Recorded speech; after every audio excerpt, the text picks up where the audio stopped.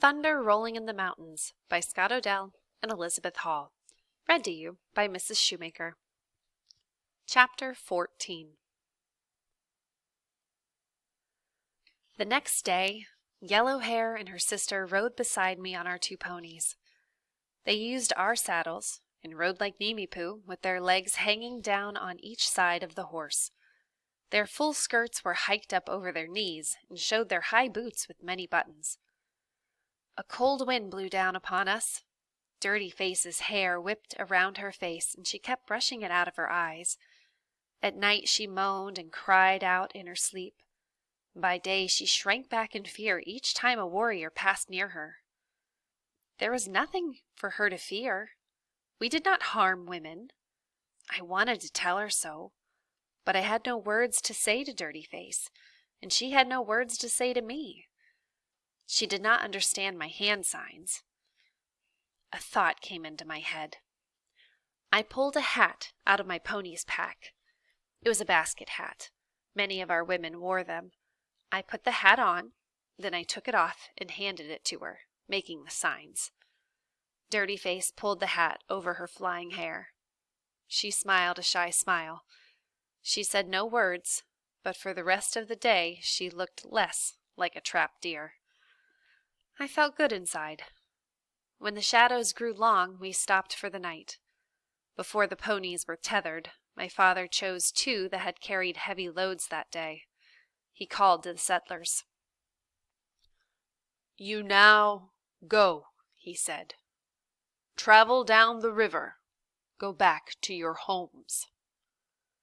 I gave them bundles of camas root cakes and dried fish to eat on the way.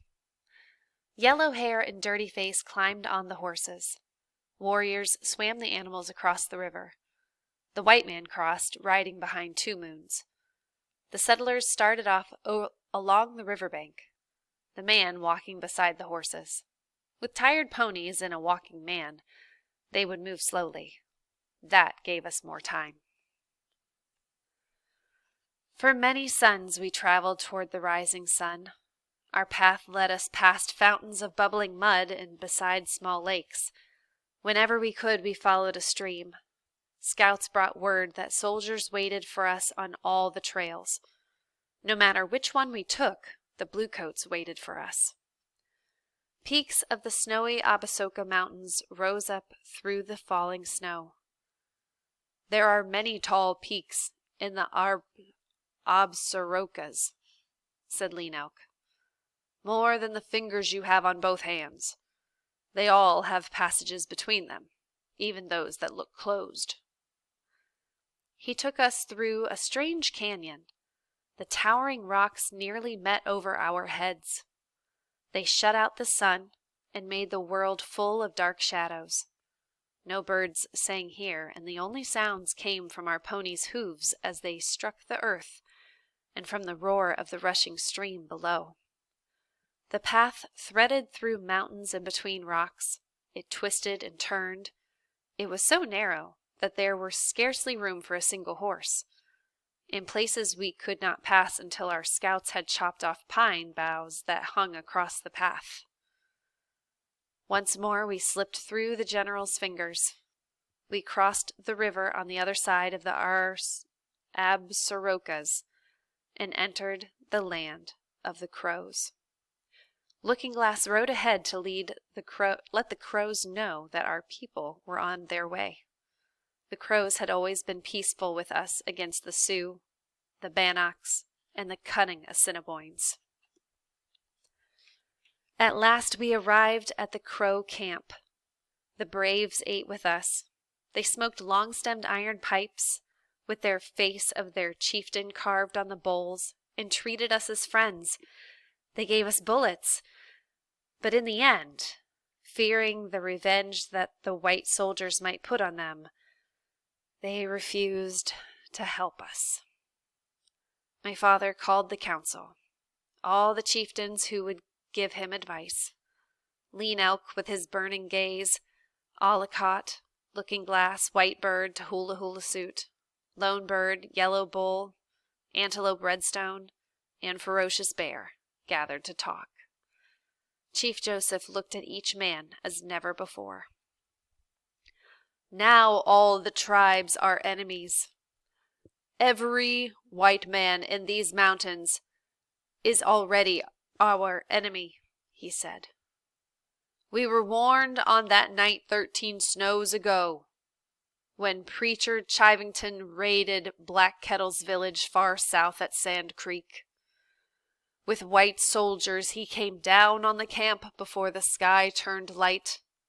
He smashed heads, cut throats, slashed off ears. Blood ran across the earth and into the stream. That night the tribes learned to hate the settlers. And now, we hate ourselves, said Lean Elk through his teeth. Ourselves, shouted young Gray Panther. Yellow Bull, the father of Red Moccasin Tops, drew a finger across his throat. Ollicott said nothing. My father went on. The one-armed general is far behind us, but the Click-Clack has told soldiers at every fort to look for us. They come from all sides. We are in danger. Then Ferocious Bear struggled to his feet and stood silent. From the day we had left Wallowa and crossed the flooding Snake, from the Battle of Whitebird Canyon, from those days to this moment, no one knew what he thought. But my father said to the old man in a gentle voice, Speak. Looking Glass has cost us much, said Ferocious Bear. Whitebird said, Go north to the old lady's country. Go join Sitting Bull. But we heeded Looking Glass and came south. We have lost many warriors. We have lost many women, many children. Tahula-Hula-Suit nodded his great head. Ferocious Bear's words are strong, he said. Looking Glass said the crows would fight beside us, but the crows will not help us. They are no longer our brothers. We must travel north to join Sitting Bull. Looking Glass was angry. His black eyes flashed like glass when struck by the raised sun. So be it, he said. So be it, said my father.